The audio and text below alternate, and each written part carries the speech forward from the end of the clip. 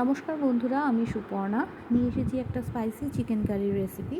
এটা আমার খুব পছন্দের। বর্ষার দিনে এরকম একটা চিকেন কারি যদি পাতে থাকে তো যে কোনো কিছুর সাথে খুব ভালোভাবে খাওয়া যেতে পারে, সে ভাত হোক বা রুটি। তো দেখা যাক কীভাবে করলাম। তো এখানে আদা, রসুন, পেঁয়াজ, কাঁচা লঙ্কা, একটা পেঁয়াজ নিয়ে ভালো করে পেস্ট করে নিয়েছি, তবে রসুনটা কিন্তু আমি দিইনি। এবার কড়াইতে তেল গরম করতে দেব। কড়াইতে তেল গরম হওয়ার পরে আমি এই রান্নাটায় আলু দিয়েছি। তো তোমরা চাইলে আলু ছাড়াও করতে পারো, কারণ এই মাংসটায় বেশি ঝোল থাকবে না, তো আলু ছাড়া আরামসেই করা যেতে পারে। তো আলুটাকে ভালো করে নুন হলুদ দিয়ে ভালো করে এপিট ওপিট করে ভেজে নিচ্ছি। অল্প আঁচেই ভাজবো, খুব বেশি হাই ফ্লেমে ভাজবো না, কারণ হাই ফ্লেমে ভাজতে গেলে আলুটা পুড়ে যেতে পারে, সেটা খেয়াল রাখতে হবে। এপিট ওপিট করে একটু সময় নিয়ে ভেজে ওই প্যানে আর একটু তেল গরম করব। তেল গরম করে গোটা গরম মশলাগুলো ফোড়ন দেবো। জিরে, তেজপাতা, শুকনো লঙ্কা, দারচিনি, এলাচ, লবঙ্গ সব ফোড়ন দিয়ে আগে থেকে করে রাখা রসুন কুচি 1 চামচ দিয়ে দেব। পুরোটা কিন্তু দিইনি, 1 চামচ দিয়েছি। এটাকে হালকা একটু ভেজে নিয়ে এর মধ্যে দিয়ে দেবো 4টে পেঁয়াজ, ছোটো সাইজের 4টে পেঁয়াজ কুচি করে রেখেছিলাম, সেই পেঁয়াজ কুচি। এটাকে ভালো করে সাঁতলাতে হবে ঢাকা দিয়ে। অবশ্যই একটু নুন দেবো, যেটা এখানে দেখানো হয়নি। এবার এরকম পর্যায়ে যখন আসবে তখন এর মধ্যে ওই আদা, কাঁচা লঙ্কা আর একটা পেঁয়াজ যে পেস্ট করে রেখেছিলাম সেটাকে অ্যাড করতে হবে। পেঁয়াজটা এখানে কেমন পরিমাণ ভাজা হয়েছে দেখতেই পাচ্ছ। এরপরে এর মধ্যে দিয়ে দেবো ওই পেস্টটা, দিয়ে ভালো করে আবার ঢাকা দিয়ে মশলাটা ভালো করে কষাতে হবে।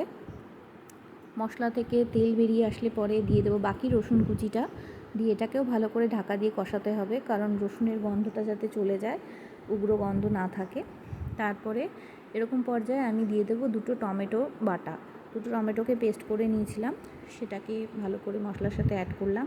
এটাকেও ঢাকা দিয়ে দিই, একটু সময় লাগবে রান্নাটা করতে, কারণ আমি ঢাকা দিয়ে রান্না করেছি। আর পরবর্তীতেও যখন মাংস অ্যাড করেছি দেখতে পাচ্ছ দিয়ে দিলাম হলুদ গুঁড়ো আর লঙ্কার গুঁড়ো, আমি 1 চামচ দিয়েছি, তোমরা ঝাল কম খেলে অল্প দিও।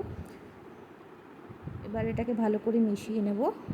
মিশিয়ে নিয়ে আবার এটাকে ঢাকা দিতে হবে, একটু ঢাকা দিয়ে তারপরে একটু সামান্য 1 চামচ মতো চিনি দিয়েছি। এরকম পরিমাণের পরিস্থিতিতে যখন চলে আসবে তখন এটাকে আরেকটু ঢাকা দিয়ে কষাতে হবে। তারপর এর মধ্যে মাংস অ্যাড করে দেবো।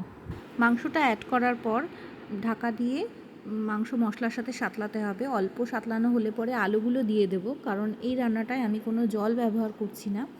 সম্পূর্ণ ঢেকে ঢেকে মাংসর থেকে যে জল বের হবে সেই জলেই আলুটা সিদ্ধ হবে, মাংস সিদ্ধ হবে। দেখতে পাচ্ছ এখানে দিয়ে দিলাম একটা পাতিলেবুর রস। পাতিলেবুর রসটা দিলে মাংসের স্বাদটা সত্যি খুব সুন্দর হয়। তো দিয়ে আবার ঢাকা দিয়ে দিয়েছি, দেখো কত পরিমাণে জল ছেড়েছে।